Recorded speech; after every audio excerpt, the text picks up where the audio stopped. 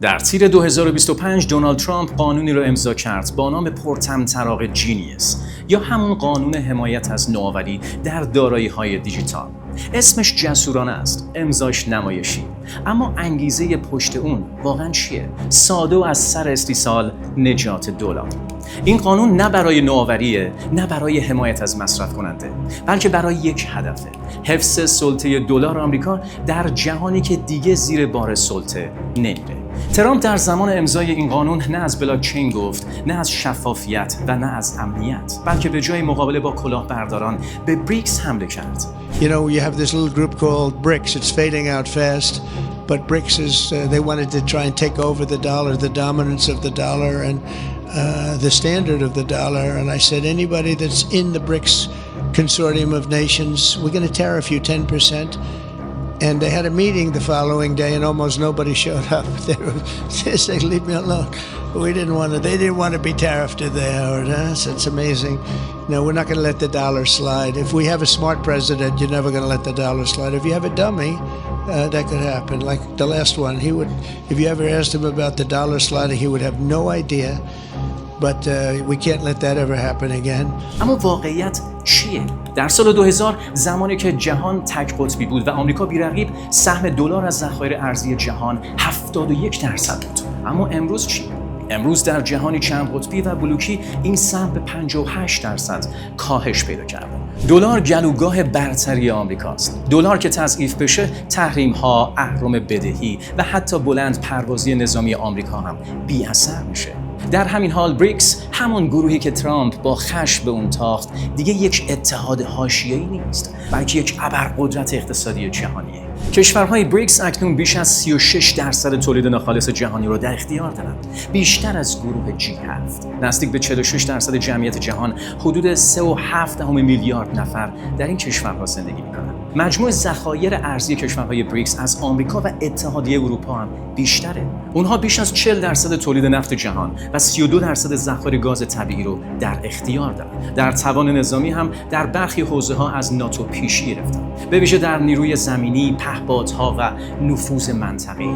در میان این قدرت‌ها عضو جدیدی به سرعت در حال درخشیدنه: ایران با داشتن دومین ذخایر بزرگ گاز طبیعی جهان و 4مین ذخایر نفتی، ستون انرژی این اتحاده. اما نقش ایران فراتر از منابع. بیش از 70% جمعیت ایران زیر 40 سال هستند. ایران سالانه بیش از 230,000 مهندس تربیت میکنه. از نظر سرانه بالاتر از بسیاری از کشورهای غربیه. در حوزه‌ای همچون نانوفناوری، هوافضا، فناوری هسته‌ای و پهپادها جزو پیشگامان دنیاست و علیرغم سالها تحریم، زیرساخت صنعتی اون مقاوم و در حال رشده. از نظر ژئوپلیتیکی هم ایران حلقه اتصال آسیای مرکزی، خلیج فارس و اروپا است، مسیری حیاتی برای تجارت و پرداخت‌های جایگزین بریکس. از تهران تا پکن، از مسکو تا برزیلیا، این کشورها دیگه منتظر اجازه آمریکا نمیمونن. اونها سامانه‌های پرداخت مستقل می‌سازن، استیبل کوین های چند ملیتی با پشتوانه کالاهای واقعی و استفاده از دلار رو در تجارت دو جانبه کاهش میدن. چین و روسیه بیشتر تجارت خودشون رو با یوان و روبل انجام میدن. هند از ایران و روسیه نفت رو با روپیه میخره. برزیل و چین هم در حال ایجاد سامانه تسویه لحظه‌ای با ارزهای ملی خودشون هستند. حتی کشورهای خارج از بریکس، از ترکیه تا نیجریه، از جنوب شرق آسیا تا آمریکای لاتین، دلار رو هم کنار می‌گذارن. اینها پول تقلبی نیستند، بلکه جایگزین‌های واقعی هستند، ساخته شده توسط اقتصادهای واقعی، انسان‌های واقعی و دارایی‌های واقعی. رشد استیبل کوین ها، استفاده از رمز ارزها در تجارت جهانی و حرکت کشورهای مستقل به سمت نظام‌های پرداخت جایگزین. اینها تهدیدهایی نیستند که با قانون یا امضا از بین برن، بلکه روندهای ساختاری هستند که بر پایه فناوری، نیاز بازار و عدالت جهانی شکل گرفتند. و درست به همین دلیله که نوآوری را نمیشه با ترس قانون‌گذاری کرد، بلکه باید با علم، همکاری و فهم بین‌المللی اون رو ساخت.